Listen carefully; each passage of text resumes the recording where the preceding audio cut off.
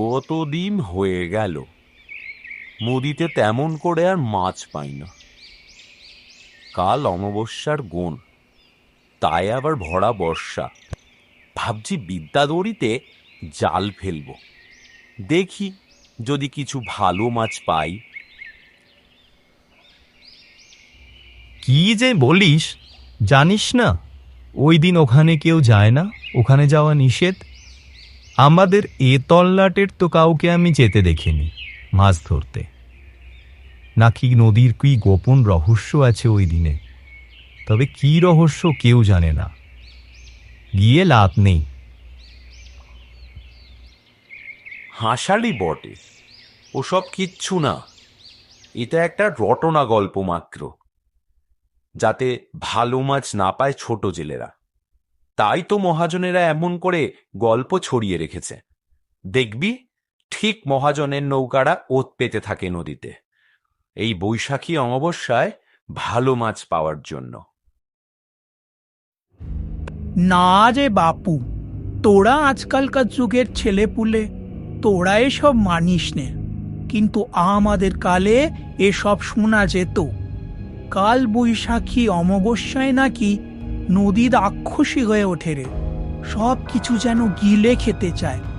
তিনারা নাকি মাছ ধরতে বেরোয়। এমনও ঘটনা ঘটেছে এ গ্রামেরই জগতের কানাইয়ের সাথে। তারা ভালো মাছ পাওয়ার লোভে ওই রাতেই মাছ ধরতে গিয়েছিল। সকালবেলায় তাদের আর কোনো খবর পাওয়া যায়নি। তাদের সাথে কি ঘটেছিল, কি হয়েছিল তা কেউ জানে না। তাদের মধ্যে জগৎ ছিল জব্বর ডাকাত, প্রচুর লোক মরেছে তার হাতে। কিন্তু তার মৃত্যুর পর থেকেই কাকতালীয়ভাবে তার দলের লোকজনও আস্তে আস্তে নদীতে ডুবে মারা যেতে লাগলো। সেই থেকেই কাল বৈশাখী অমাবস্যায় কেউ যায় নে রে বাপ। সবই তো বুঝলাম খুড়ো, কিন্তু দিনের পর দিন মাছ না পেলে সংসার চলে কি করে বলো দেখি? এই তো অবস্থা, ছেলে পুলেদের মুখে দেব কি? তাই নেতাই কাল যেতেই হবে, গিয়ে দেখি না কি হয়। ভাগ্যের হাতে তো ছেড়ে দিয়েই সবকিছু বসে আছি, তাহলে একবার যেতে অসুবিধা নেই। যদি ভালো মাছ পাই তাহলে তো ভাগ্যটাও ফিরতে পারে, দুবেলা দুমুটো খেতে তো পায়।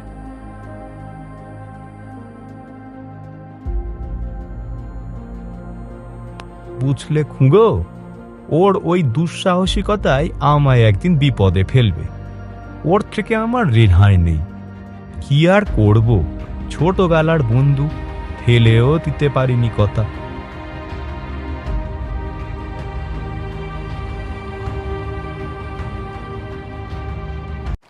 শোন, প্রথমে কিছু চার কিনে আনি, না হলে এক ক্ষেপ ধরে নিলেই হয়। ছোট ছোট চিংড়ি পেলে ভালো হবে, কি বল? শোন শোন, আমার কথাটা শুন, এত বাড়াবাড়ি করিস নি। খাড়িগুলো জোয়ারের জলে ভর্তি হয়ে রয়েছে, ওখানে জাল ফেলে সময় নষ্ট করে লাভ নেই। চল আকাশ পরিষ্কার থাকতে থাকতে আগে নদীতে যাই, তারপর কেনা চার দিয়ে ছিপ গাঁথবো, সেটাই ভালো হবে। তা যুক্তি মন্দ নয়, তা করলেই হয়। চল তাহলে, সব গুছিয়ে নিয়েছিস তো? জয় মা, জয় মা, মা রক্ষে করো। তোমার নাম করিয়ে বেরোলুম তাহলে।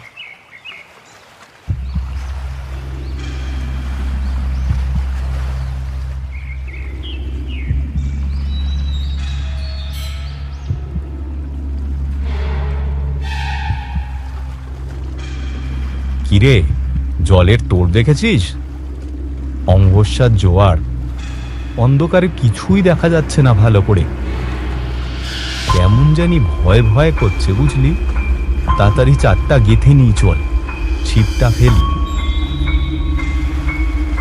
দেখ, ভয় করে অত লাভ নেই, তবে মনে হচ্ছে মাছ এবার ভালো উঠবে, বুঝলি?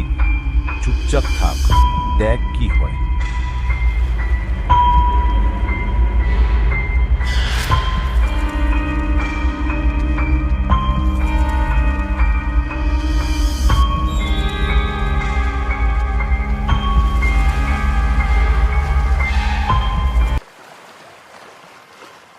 চল, অনেকক্ষণ তো হলো, এবার জালটা টানি। কেমন চারিদিক গুমোট হয়ে আসছে, এটা ঝড় ওঠার প্রথম লক্ষণ। তাড়াতাড়ি করি চল। ওরে বাবা রে, জাল কি ভারী রে রে, তাই এ তো টানাই যাচ্ছে না। তার মানে অনেক মাছ পড়েছে, বুঝলি?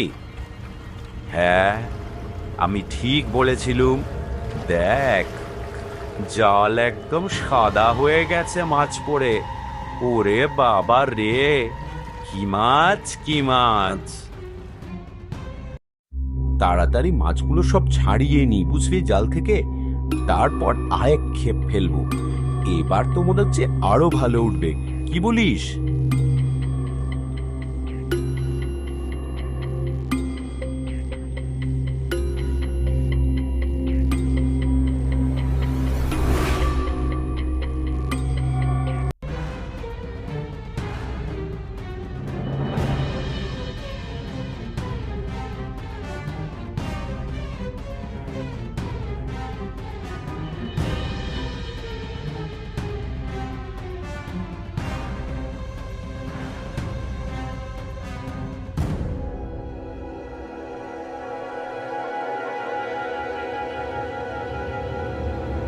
মাছগুলো এখানেই রাখলো, কিন্তু গেল কই? না, চোখের ভুল তো নয়। হ্যাঁ, ঠিক মনে আছে, এই তো 5-6টা মাছ এখানে জাল থেকে ছাড়িয়ে রাখলুম। গেল কই? হ্যাঁ রে হারান, দেখ দিনি, মাছগুলো তো সব আমি এখানেই ছাড়িয়ে রাখছি, বলি যাচ্ছে কই? তুই তো জালের অর্ধেক মাছ ছাড়িয়েই ফেলেছিস, তাহলে মাছগুলো গেল কই? তুই আবার চোখের বলে নৌকায় রাখতে নৌকার বাইরে ফেলে দিসনি তো? এ কি রে, সত্যি তো, আমিও তো দেখলাম মাছগুলো ছিল, গেল কই? আমার ঠিক ভালো লাগছে না, কিন্তু কেমন যেন গাটা ছমছম করে উঠছে। এদিকে আকাশেও বিদ্যুতের রেখা চলে গেছে, তার মানে বৃষ্টি নামলো বলে। চল চল, এখান থেকে চলে যাই। ঝড় বৃষ্টি হলে এখানেই একটা চড়ে গাছের নিচে গিয়ে আশ্রয় নেব। এত ভয় তুই পাস নেই, এই তো সবে মাছ পড়তে শুরু করেছে। যাও বা মাছ ধরলাম, তাও কিভাবে সব হাপিস হয়ে গেল। না না, আমি মাছ না ধরে এখান থেকে যাব না।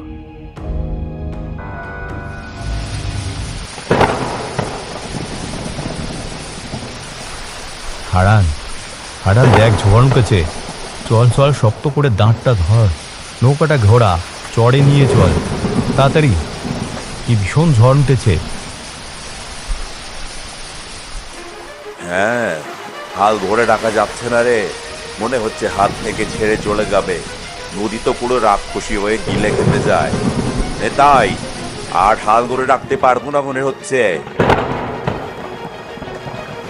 হারান, নৌকায় জল উঠতে শুরু করেছে রে। আমি যতদূর পাচ্ছি জল ফেলার চেষ্টা করছি, কিন্তু হচ্ছে না।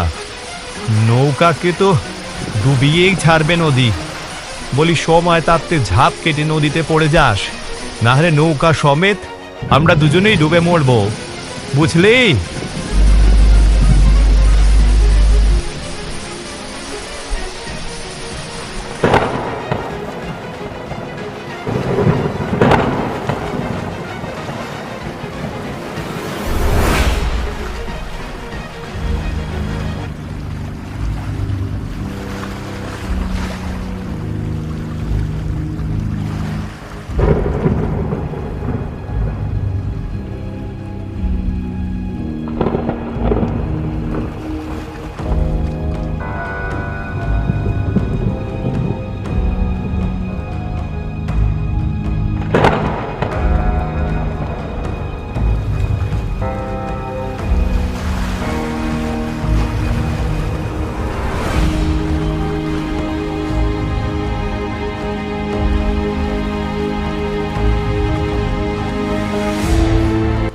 উফ, এ যাত্রায় প্রাণটা বেঁচে গেল।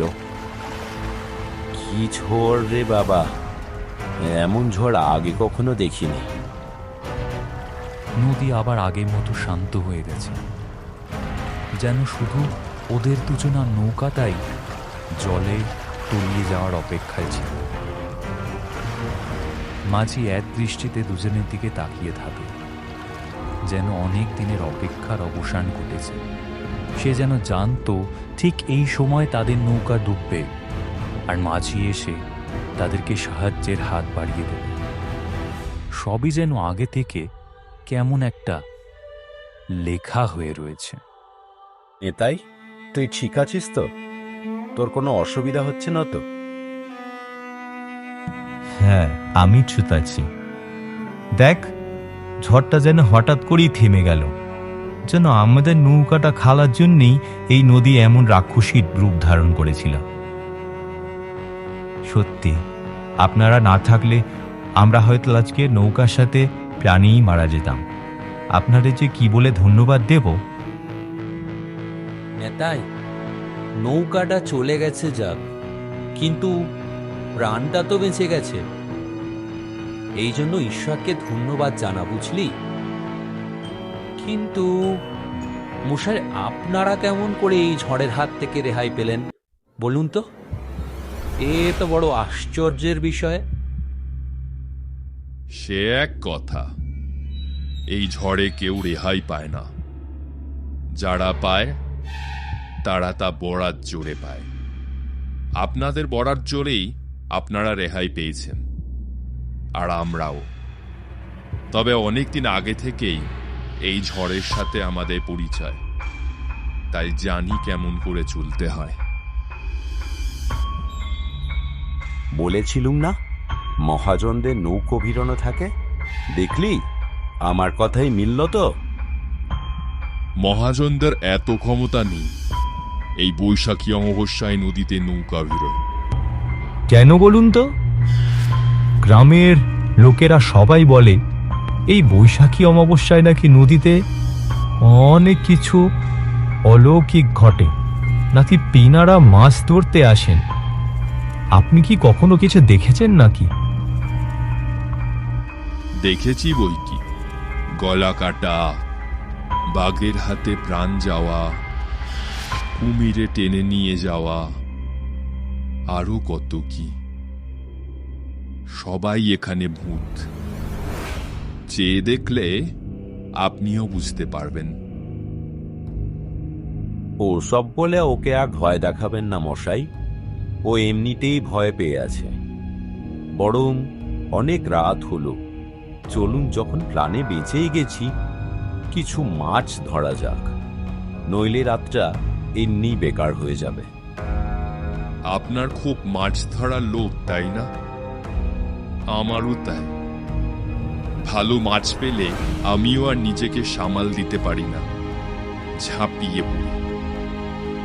তাহলে চলুন, আপনাদের আজকের এমন একটা জায়গায় নিয়ে যাব যেখানে কোনোদিন মাছের অভাব হয় না। একটা নতুন জায়গা, আপনারা আগে কখনো যাননি। শোন হারান, আমার ব্যাপারটা ঠিক ভালো লাগছে না। কেন জাগি ওনার কথাটা কেমন সন্দেহজনক। কি বলছে এমন জায়গা আমরা কখনো চিনিনি? তা চিনিলে জানিনি এমন জায়গায় যাব কেন? তুই রাজি হোস না? থাম বলছি, সব কিছু ভেবে চিনতে সিদ্ধান্ত নে। একে ঝড়ে রাখ, মাছ নদী, এমন হাতে কারোর উপর বিশ্বাস করা ঠিক হবে না বলছি। শোন, সব কিছুতেই তোর সন্দেহ। একটা মানুষ যে কিছুক্ষণ আগে আমাদের প্রাণ বাঁচিয়েছে, সে যদি বলে যে কোথায় গেলে ভালো মাছ পাওয়া যাবে, যেতে আপত্তি কোথায়? হয়তো সত্যিই তিনি জানেন, রাতে দিতে মাছ ধরে বেড়ান অনেকদিন আগের, তাই হয়তো আমাদেরকে নিয়ে যেতে চাইছে। দেখ, এত মাথা দিস নে, চল বরং যাই, গিয়ে দেখি কি হয়। নেতাই এতক্ষণ কোনো কিছুই সেইভাবে লক্ষ্য করিনি, কিন্তু হঠাৎ করে তার কাছে সবটা কেমন যেন ভয়ের হয়ে দাঁড়ালো।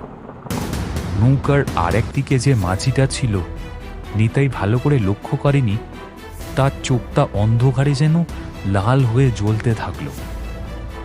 নেতাইল হারানকে একবার ইশারা করে কিছু বোঝানোর চেষ্টা করল, কিন্তু হারান কোনো কিছুকেই পাক্কা দিল না। মাছ ধরতেই সে ব্যস্ত। প্রথম মাঝিটি কি অদ্ভুতভাবে জাল ফেলছে, আর ক্ষণিকের মধ্যে জাল ভর্তি করে মাছ উঠছে। নিমিষের মধ্যে নৌকাটা মাছে বুড়ে গেল।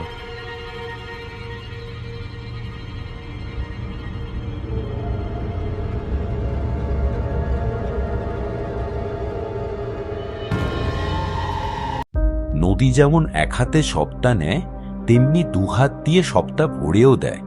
দেখুন, নৌকার বদলে এর 2 মাছ দেবে সেটা আমি আশা করিনি, তা এ আবার ইলিশ মাছ। দাম যা পাবো তাতে আপনাকে ধন্যবাদ। আপনি না থাকলে আর এটা হতো না। এবার একটু বিশ্রাম নিতে হবে, শরীরটা বড় ক্লান্ত লেগেছে, তার উপরে খিদেও পেয়েছে। আপনাদের কাছে কিছু আছে নাকি খাবার মতো? না বাবু, এই কাঁচা মাছগুলো ছাড়া আমাদের কাছে আর কিছুই নেই খাওয়ার মতো। আপনি যদি চান এই কাঁচা মাছই খেয়ে নিতে পারেন। যান, আপনারা তাড়াতাড়ি বিশ্রাম নিন। আমি একটু এদিকটা লক্ষ্য রাখছি। অনেকেই ওত পেতে বসে থাকে, কাঁচা মাছের গন্ধ তাদের সহ্য হয় না। তবে কথাটা শোনা মাত্রই নিকাইয়ের বুকটা ছ্যাপ করে উঠল। সে কি যেটা মনে করছে সেটাই ঠিক? তবে কি সে অন্য কিছুর খপ্পরে পড়েছে? নেতাই সবটা শুনিও না শোনার ভান করে হারানের পাশে গিয়ে চুপ করে শুয়ে থাকল।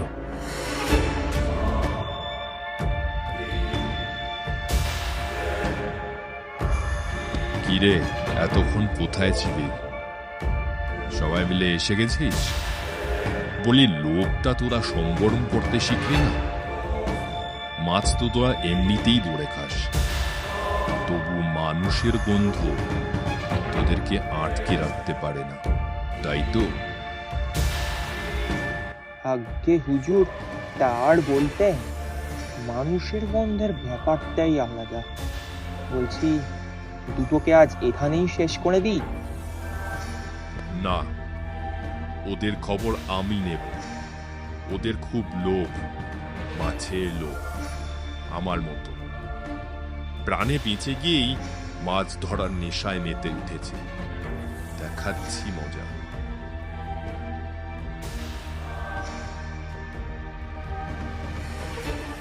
কিসের এত ফিসফিসানি? হারান, দেখ তো কারা যেন ফিসফিস করে কথা বলছে। অনেকজনের গলা একসাথে পাচ্ছি। হারান, হারান, ভেবেছিলাম নৌকার সাথে দুজনকেই ডুবিয়ে মারব, কিন্তু দেখলাম অনেক দিনের প্রতিশোধ নেওয়ার সময় এসেছে। এত সহজে মারলে চলবে না। ওরে, ওরা তো ভূত, কঙ্কাল, কি সব কথা বলছে ওরা। এবার কি হবে না? তাই এখান থেকে আমরা কি করে পালাবো, কিভাবে বাঁচবো? আর জাল ফেলবেন না? এত তাড়াতাড়ি আপনার স্বাদ মিটে গেল? প্রাণের থেকে বেশি তো তোমার মাছ ধরার নেশা। চলো, আরো মাছ ধরি। বলো, কি মাছ লাগবে? খিদে পেয়েছিল না? এই না, পাশে শ্মশানের মরা পোড়ানোর খাট দিয়ে তোমার জন্য একটা মাছ ঝলসে নিয়ে এসছি, খাবে? এই না, মনে রেখো, আমার নাম ডাকাত জগৎ।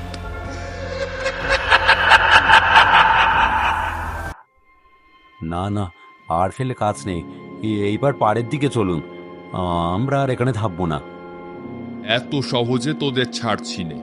হারান, তোর ঠাকুরদা এমন এক কালবৈশাখের দিনে আমায় ছক কষে এই নদীতে ডুবিয়ে মেরেছিল।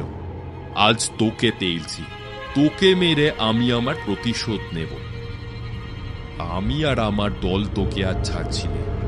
কি ভালো দিন, আজ তোকে মেরেই ফেলবো। রক্ষে করুন মশাই, এইভাবে আমাদের প্রাণটা নেবেন না। কিছুক্ষণ আগেই আপনি আমাদের প্রাণ বাঁচিয়েছেন, এইভাবে মেরে ফেলবেন না। তোর ঠাকুরদা আমার মতো ডাকাতকে মেরে ভেবেছিল এই গ্রামকে ডাকাতের হাত থেকে রক্ষা করবে। দেখ, গ্রামের লোককে আমি ডাঙায় খেতে না পারি, মরার পর জলে মেরে খেয়েছি। আজ তোদের পালা, তোদের রেহাই নেই। আমাকে ক্ষমা করে দিন, আমি বুঝতে পেরেছি আমার ঠাকুরদা আপনাকে মেরে ভালো কাজ করেনি, কিন্তু আমায় মারলে কি আপনার আপনার মুক্তি হবে? আপনার প্রতিশোধ হয়তো পূরণ হবে, কিন্তু এইভাবে যে দিনের পর দিন রাতের পর রাত আপনি নদীতে ঘুরে বেড়ান, আপনার আত্মার মুক্তি কি ঘটবে? তার থেকে বরং আমি আপনার আত্মার মুক্তির জন্য কাজ করব। আমার মুক্তি? আমার মুক্তি হবে এই নদী থেকে? তাহলে তার ব্যবস্থা করো। ওই চরে আমার আর কানাইয়ের মরদেহ রাখা আছে, তার সৎকারের ব্যবস্থা করো এবং এই কালবৈশাখীর রাত থেকে আমাদের মুক্তি দাও।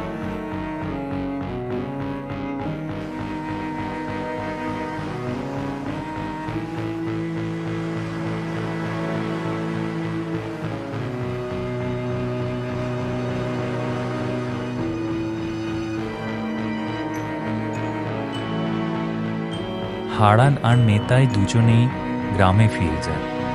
সবটা কারা খুলে বলে এবং তাদের সৎকারের ব্যবস্থা করে। এইভাবেই জগৎ আর কানাইয়ের আত্মার মুক্তি হয়। তারপর থেকে কালবৈশাখীর রাতে নদীতে সবাই মাছ ধরতে যায়।